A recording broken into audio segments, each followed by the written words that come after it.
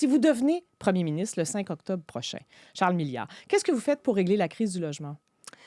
Je pense qu'il y a beaucoup de trucs, beaucoup de réglementations municipales qui sont mal conçues, qui font en sorte qu'on retarde un certain nombre de projets pour des raisons administratives. Alors, d'ailleurs, quand j'étais à la Fédération, on avait proposé un nombre de solutions qui tiennent encore malheureusement la route.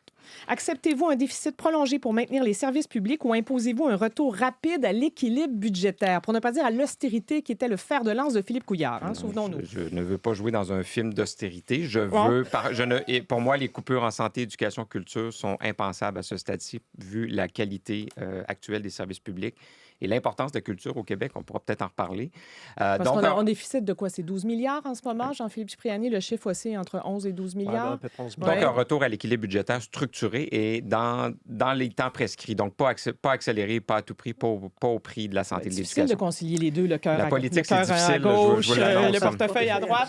Dernière question qui concerne beaucoup nos auditeurs qui nous ont écrit. Êtes-vous prêt à ralentir ou bloquer certains projets économiques au nom des objectifs climatiques? Donc, faire le contraire de ce que le gouvernement est en train de faire, finalement. Bien sûr. Moi, je remercie ceux qui ont créé le BAP. Là. Alors, pour moi, j'ai fait partie de coalition dans la lutte au changement climatique.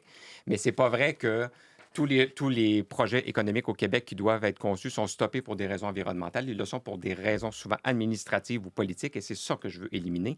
Alors, croyez-vous vraiment que 200 jeunes m'appuieraient si je n'avais pas intérêt à suivre la lutte au changement climatique? C'est aimé ça que 200 jeunes vous appuient. Hein? Bien sûr, c'est 200, je vous l'ai dit. Hein? Oui. 200 jeunes libéraux. Bien sûr. Tiens à dire, quand bien même. sûr.